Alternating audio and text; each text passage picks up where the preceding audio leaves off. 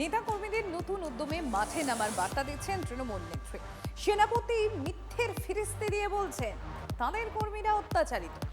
বিরোধী দলনেতার অভিযোগ, অনেক জায়গায় তৃণমূল কর্মীরা খাবার পর্যন্ত পাচ্ছেন না। কিন্তু গ্রামে গ্রামে তৃণমূল নেতারা এতদিন কি করেছেন সেটা কেউ বলছেন না। কিন্তু তৃণমূলের না বলা কথা TV9-এর পর্দায়। আর যাওয়া যাক পূর্ব বর্ধমানের জামালপুরে, সেখানে আরেক শাহজাহানের খোঁজ। এক ঝলক দেখলে মনে হতে পারে ধানের গোডাউন, আরেক ঝলক দেখলে মনে হতে পারে সারের গোডাউন। ক্যামেরা অন্যদিকে ঘুরতেই আবার রাশি রাশি জব কার্ড, জমির দলিলের ফটোকপি। আরেকদিকে জলজল করছে প্রাক্তন মুখ্যমন্ত্রীর অনুপ্রেরণার কথা। অন্যদিকে রাশি রাশি মদের বোতল আর তৃণমূলের পতাকা।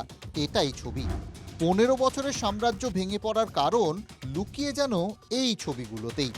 এটা পূর্ব বর্ধমানের জামালপুরের যোৎসি গ্রামের সরকারি ফ্লাড রিলিফ সেন্টার। এতদিন তৃণমূল নেতাদের কাছে সরকারি সম্পত্তি মানেই ছিল পৈতৃক সম্পত্তি। জামালপুরের এই সরকারি ফ্লাড সেন্টার আসলে তৃণমূল নেতা তাবারেক আলী মণ্ডলের নেশা আর পেশার জায়গা। নেশা মানে মদ আর পেশা মানে চুরি। এটা শাহ হোসেনপুর। এখানে এটা একটা বন্যা ত্রাণ শিবির সরকারি অনুদানে তৈরি হয়েছিল।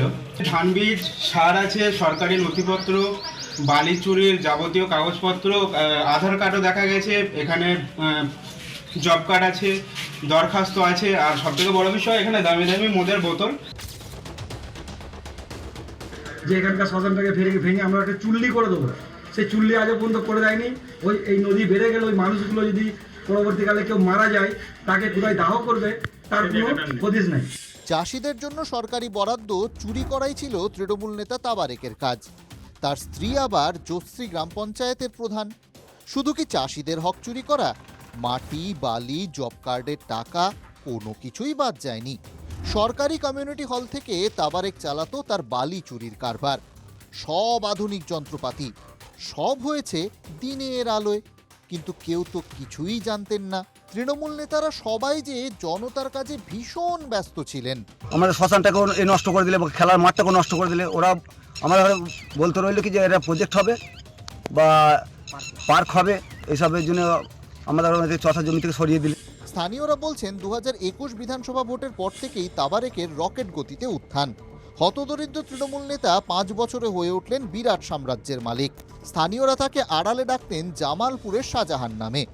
বকুলতলায় তার ছিল শাস্তি দেওয়ার ডেরা। কেউ অবৈধ কাজের প্রতিবাদ করলেই বকুলতলায় হাত পা বেঁধে চলত ধোলাই। তৃণমূলের জামালপুরের বেতাজ বাদশা, তার ব্যবস্থা হচ্ছে। অলরেডি সে জেলার ভিতরে আছে, বাকি তাদেরকে জেলে ভরা হবে যারা একে সাহায্য করেছে। 26-এর ভোটে বাংলার রং বদলের পর তাবারেকের তরপানি বন্ধ। পালিয়ে বাঁচার চেষ্টা করেও লাভ হয়নি। পুরনো অভিযোগের খাতা খুলতেই কোমরে দড়ি, হাতে হাত করা। জামালপুরে এবার ভয় আউট, ভরসাহীন। পূর্ব বর্ধমান থেকে মনতোষ পোদ্দারের রিপোর্ট, TV9 বাংলা।